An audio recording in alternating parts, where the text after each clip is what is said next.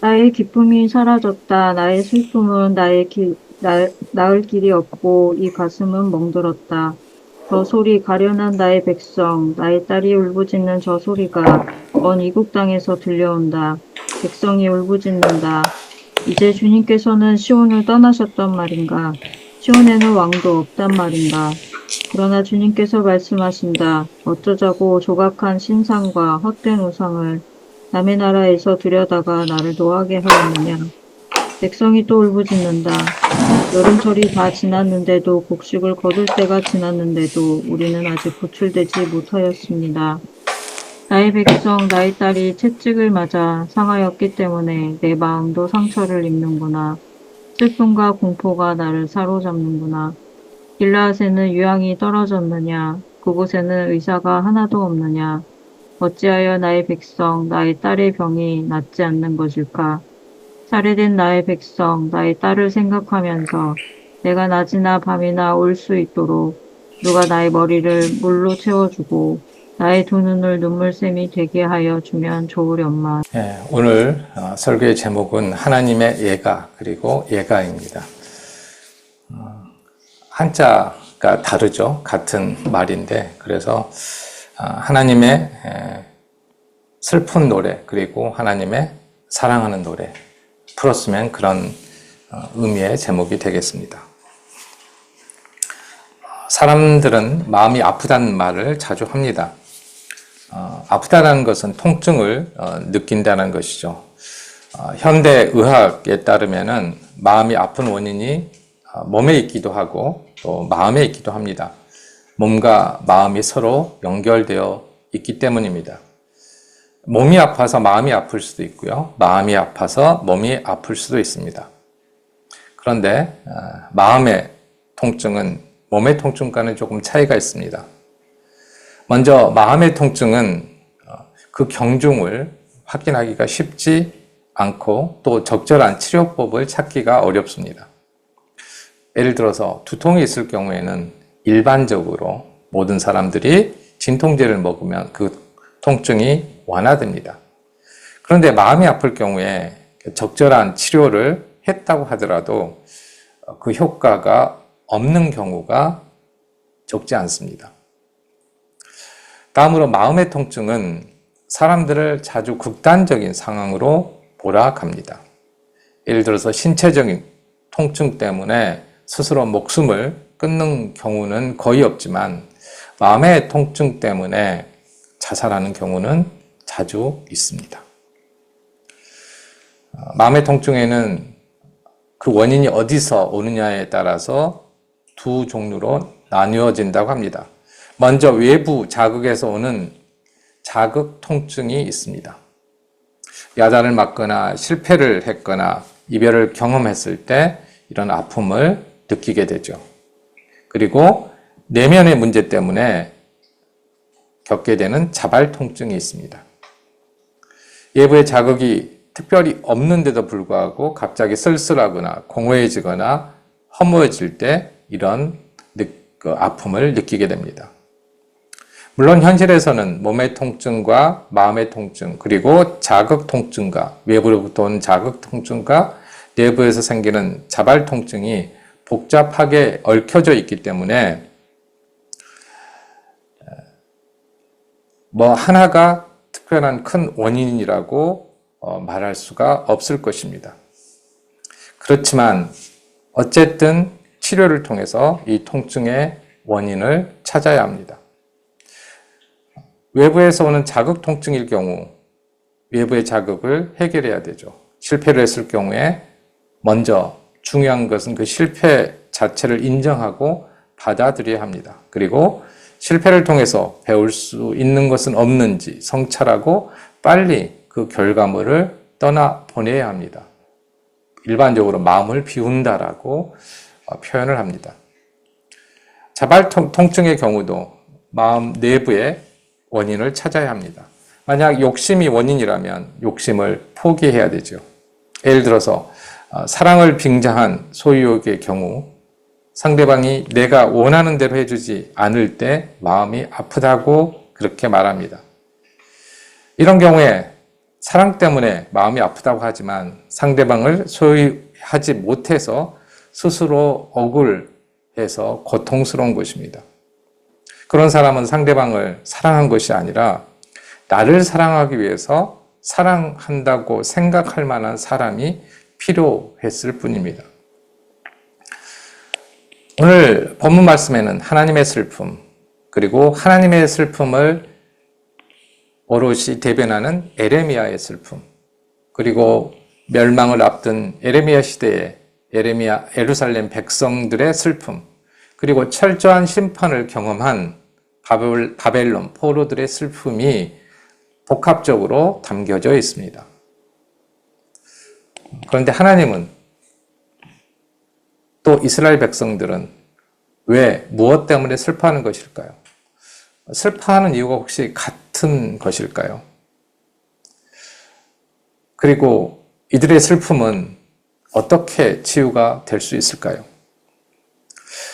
사실 하나님이 아파하고 슬퍼하신다는 사실은 우리를 굉장히 당황하게 만듭니다. 우리의 모습과 너무 닮았기 때문입니다. 우리가 하나님의 형상대로 만들어졌기 때문에 공통점은 분명 있을 것입니다. 그런데 우리가 스스로 약점, 또 약한 면이라고 생각하는 그 모습, 예를 들어서 아파하거나 슬퍼하는 모습을 하나님께서 보이실 때 우리가 정말로 믿고 의지할 수 있는 분이실까? 이런 생각이 듭니다. 그러니까 강한 면만 하나님을 닮았다라고 그렇게 믿고 싶은 거죠. 하나님께서는 말씀으로 세상을 창조하실 만큼 그의 말씀에는 능력이 있습니다.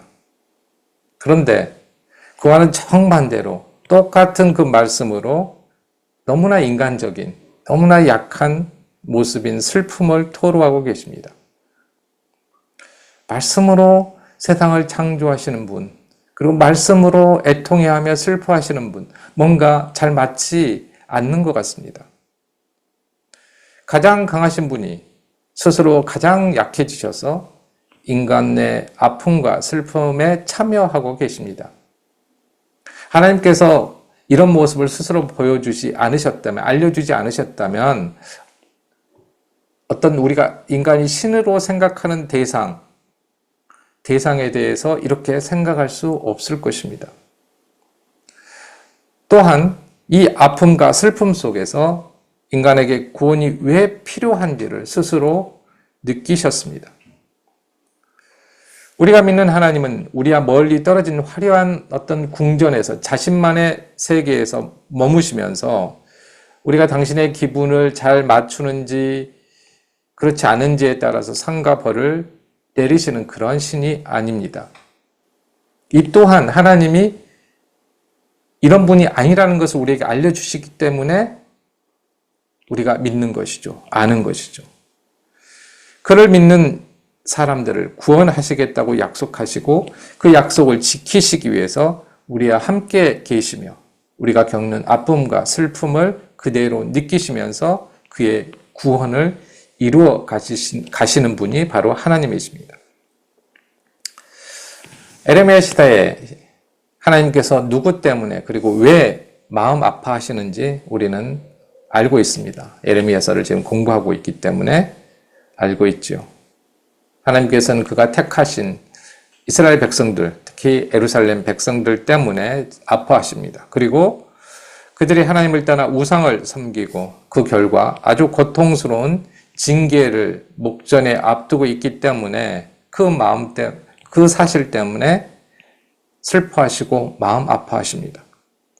그 아픈 심정을 18절에서 나의 기쁨이 사라졌고 나의 슬픔은 나을 길이 없고 이 가슴은 멍들었다라고 표현했습니다. 이 히브리어 성경을 우리 한국인의 감성에 잘 맞게 이렇게 또 세련되게 잘 번역한 것 같습니다. 그런데 히브리어 성경은 이렇게 시적이긴 하지만 그렇게 세련됐다라기보다는 굉장히 직설적입니다. 문자적으로 해석하면 이렇습니다. 나의 안락함은 사라졌고, 원래 내 위에 있고 이런 뜻인데요. 나의 안락함은 사라졌고 슬픔은 내 안에 있다. 내 마음이 아프다. 내 마음이 아프다. 어떤 평안함도 없고 슬픔으로 아린 마음을 표현한 것입니다.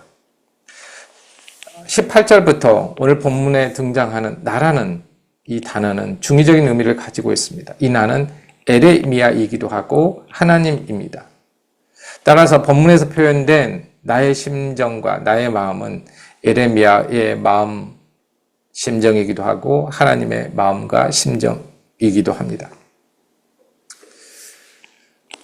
하나님과 에레미야는 마음이 아픕니다. 슬픕니다. 그러나 얼마나 아프고 얼마나 슬플까요? 보통 우리가 누군가가 슬프다고 그러고 아프다고 그러면은 자신의 경험에 비추어서 그걸 상상해 봅니다.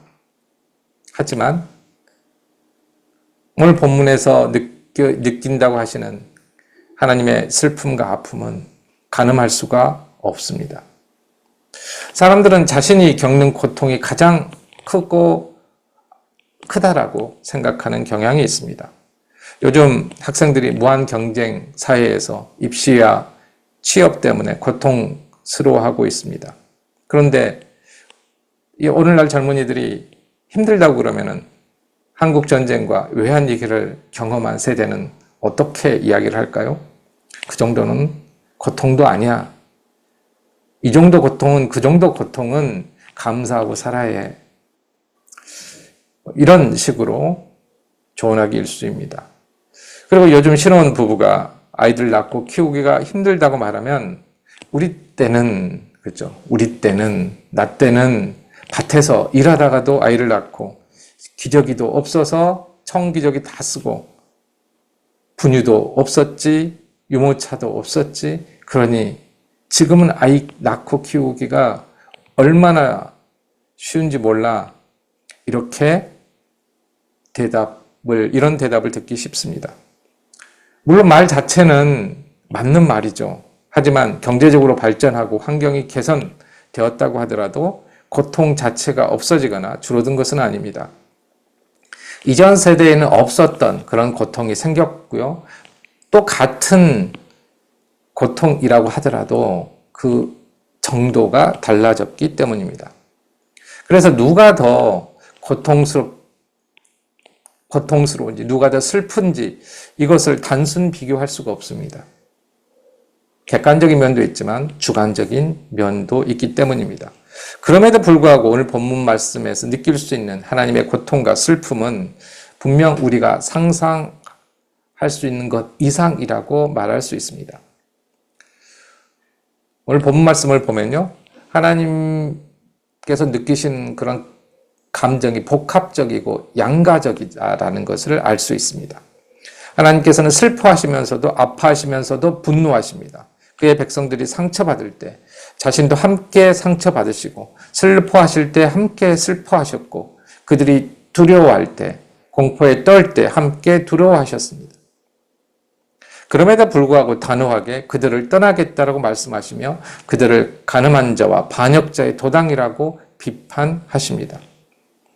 이러한 하나님의 모습은 마치 미운 집만 골라 하는 그런 어떤 연인을 너무나 사랑해서 계속 떠나지 못하는 그런 사람 같습니다. 제가 설교를 준비하면서 우연하게 신문기사 하나를 봤습니다. 제목은 이렇습니다. 암투병 안에 병 간호했는데 완치 뒤 동호회에서 불륜, 이런 제목이었습니다. 기사 내용은 말씀드리지 않아도 예상할 수 있을 것입니다. 보통은 반대의 경우가 많죠. 아내가 병든 남편을 돌보는 경우가 많고요. 그리고 불륜도 남자들이 더 많이 저지르는 저지르는 것이 현실입니다. 그럼에도 불구하고 어쩌면 이게 반대의 경우여서 기사화되지 않았나 생각됩니다. 내용은 이런 거예요. 대학 CC로 만나서 결혼을 했어요. 15년 동안 아무런 문제가 없었는데 갑자기 아내가 갑상선 암에 걸리게 됩니다. 남편은 아내를 병건하기 위해서 휴직을 하고 아내를 돌봐서 다행히 아내가 완치가 되었습니다. 물론 암은 완치가 없다고 하지만 어쨌든 완치 판정을 받았습니다. 그런데 가정과 직장밖에 모르던 아내가 내 인생도 좀 즐겨야겠다고 말하면서 댄스 동호회에 가입을 했고 결국 그곳에서 남자를 만나 불륜을 저질렀습니다. 불륜이 밝혀진 뒤에 다시 이제 만나지 않겠다라는 각서도 썼지만 불륜은 계속되었고 그럼에도 남편은 아이들을 위해서 이혼은 원하지 않는다라는 그런 내용이었습니다. 뭐 전형적인 내용이죠. 그 남편과 아내의 경우가 바뀌어도 뭐 이상하지 않을 만큼 그런 전형적인 경우입니다. 성경에서는 자주 하나님을 남편에 그리고 범죄한 이스라엘 백성을 간음한 아내에 비유했기 때문에 이 예를 들었습니다. 지금 이 남편의 마음과 심정은 어떨까요? 반대의 경우가 일어났어도 그 아내의 심정은 어떨까요? 그냥 아내와 이혼하면 한동안 고통스럽겠지만 그래도 시간이 지나면 마음의 상처가 치유될 가능성이 있을 것입니다. 그런데 만약 아내를 여전히 사랑하고 그래서 이혼하지 않는 상태로 아내가 돌아오기를 기다린다면 이 남편이 느끼는 고통은 얼마나 클까요? 저는 상상이 되지 않습니다. 그런데 하나님은 이스라엘과의 관계에서 또 그가 사랑하는 백성과의 관계에서 수백 년 동안 그 이후로도 또 수천 년 동안 이 고통을 겪으셨습니다. 하나님을 떠나 우상을 섬겨 벌을 받고 돌아오면 용서해주고 다시 떠나 고통으로 부르짖으면 다시 구원해주고 이런 과정을 반복하셨습니다. 처음 몇 번만 용서해주고 그의 백성을 포기하고 떠나셨다면 아니면 다른 백성들을 선택하셨다면 하나님의 고통과 슬픔은 덜 하셨을 테고 또 겪지 않으셔도 되었을 것입니다. 그런데 하나님께서는 그가 한번 선택한 또 약속한 백성을 포기하지 않으셨습니다.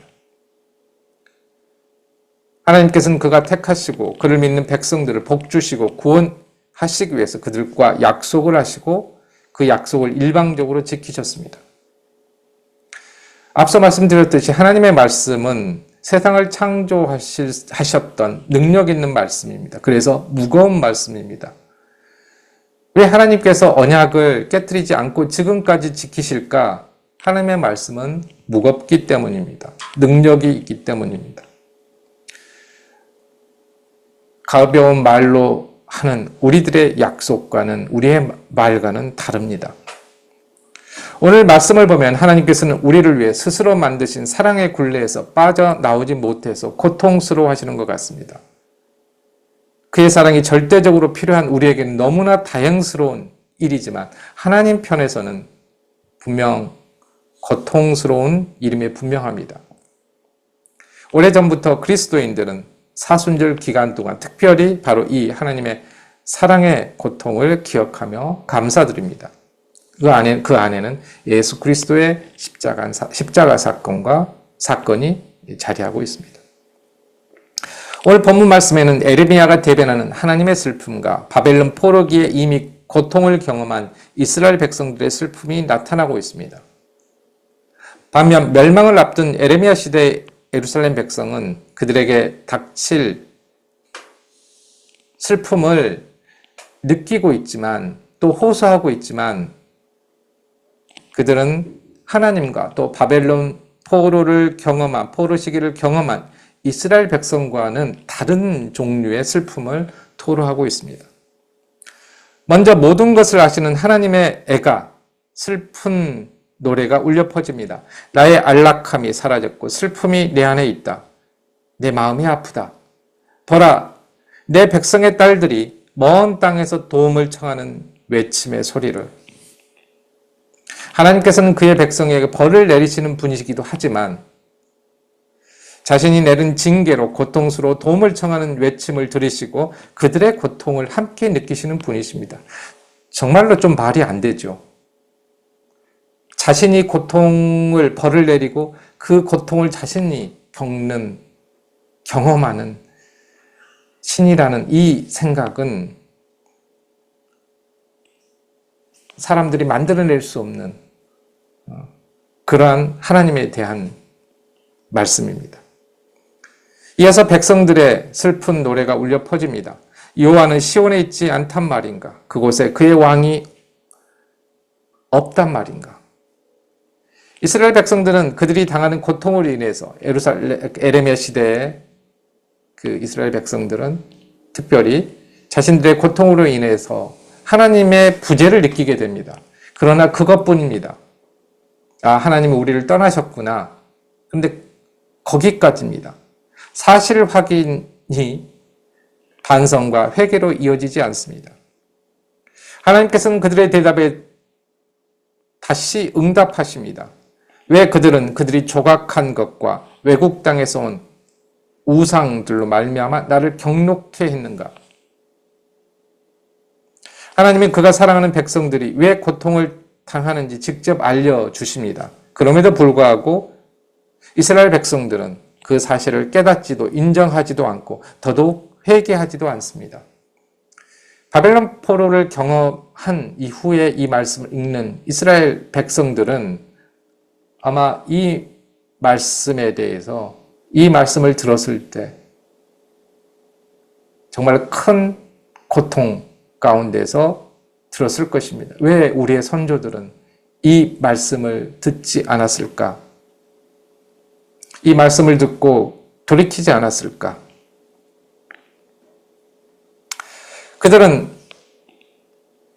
고난을 당하면서도 에레미야 시대의 예루살렘의 백성들은 고난을 당하면서도 하나님을 보지 않고 자기 자신에만 그리고 우상에만 집중해 있었습니다. 우상의 문자적인 뜻은 아무것도 아닌 것, 헛된 것이라는 뜻입니다. 그러니까 오늘 본문에 나오는 예루살렘 백성들의 모습을 보면 아무것도 아닌 것, 그리고 자기 자신에게만 지금 집중하고 있다는 것을 알고 있습니다. 우리가 지난 시절을 돌이키면서 집중하고 얻으려고 노력했는데 아무것도 아닌 것, 헛된 것이라고 생각한 것이 있다면 바로 그것이 우리의 우상이었습니다. 그리고 여전히 그것들은 우리의 우상입니다. 이스라엘 백성은 다시 자신의 처지를 하나님께 호소합니다. 수확은 지나갔고 여름 과실도 끝났습니다. 그런데 우리는 구원을 받지 못했습니다. 그들은 왜 자신들이 고통을 당하는지, 하나님께서 어떤 말씀을 하시는지 관심이 없습니다. 하나님의 말씀을 들으려고 하지 않습니다. 들을 귀가 없는 것이죠. 자신만 힘들고 지금 자신이 힘들고 자신이 고통스러운 이것만 중요합니다. 이기적이고 자기 중심적인 사람들의 특징입니다. 그러니까 하나님을 자신을 위해서 이용하는 사람들의 특징이죠. 자기 말만 합니다. 하나님과의 관계, 그리고 다른 사람과의 관계에 대해서는 관심이 없으면서 왜 자기 힘든 것을 외면하냐고 호소합니다. 그러나 하나님의 이스라엘 백성과는 다릅니다. 21절 말씀을 보면 자기밖에 모르는 이스라엘 백성에 대해서 그들이 상처 입은 것이 자신이 상처 입은 것이고 그들이 당하는 슬픔과 공포를 하나님 자신도 당신도 똑같이 겪고 있다라고 말씀하십니다. 실제로 우리 주변에 이런 사람이 있다면 우리는 참 바보 같은 사람이라고 생각할 것입니다. 하나님은 그가 사랑하는 그의 백성 그리고 우리에 대해서 이런 바보 같은 사랑을 하고 계십니다. 하나님은 그의 백성이 치료되기를 간절히 원하셨습니다. 22절에 사용된 병이 낫는다는 그 치료라는 단어는 문자적으로 상처난 곳으로부터 자라나는 새로운 피부를 의미합니다. 그러니까 새살을 의미합니다. 치료는 새살이 돋는 것입니다. 주부에 있는 지도를 보시면 길르앗이 어느 곳인지 아실 겁니다. 이 길르앗은 요단강 동쪽 지역으로 이곳은 약으로 사용되었던 향유로 유명했습니다. 그러니까 상처난 곳에 이 향유를 바르면 새살이 돋아났습니다. 예루살렘으로부터 그리 멀지 않는 곳에 있는 이 길르앗에서 약을 구하면 상처를 금방 치료할 수 있었을 것입니다. 그런데 그들의 백성은, 하나님의 백성은 가까이 계시는 하나님을, 길르앗처럼 가까이 있는 하나님을 찾지 않았습니다. 그래서 그들은 치유받지 못하게 됩니다. 새살이 돋지 못하게 되는 것이죠.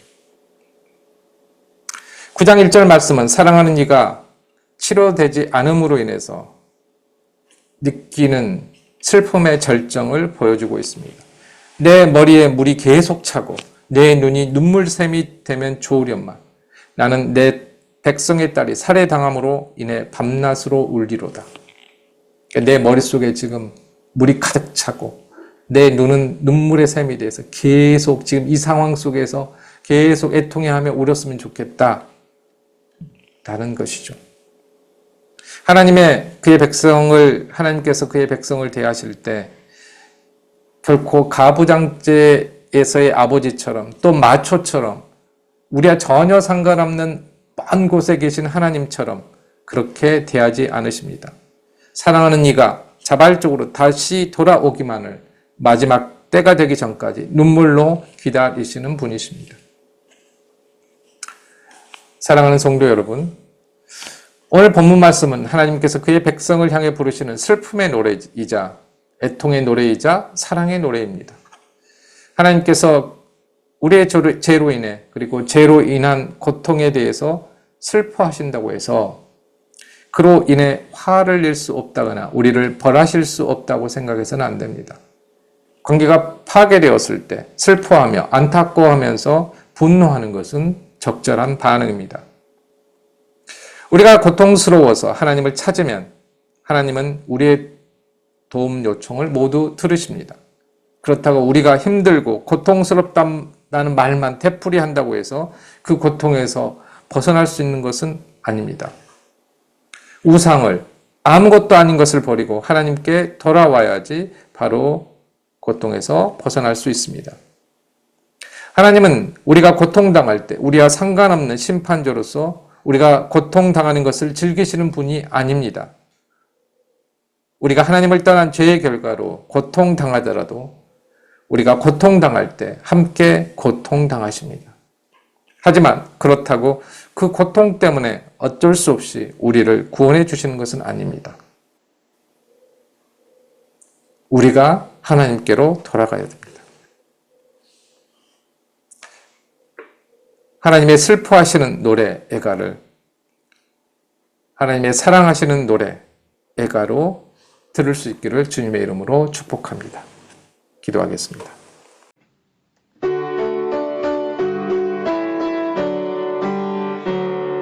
주여 우리 축복하소서. 당신의 평화를 주소서. 우리 위에 주의 손으로 주여 잡아주소서.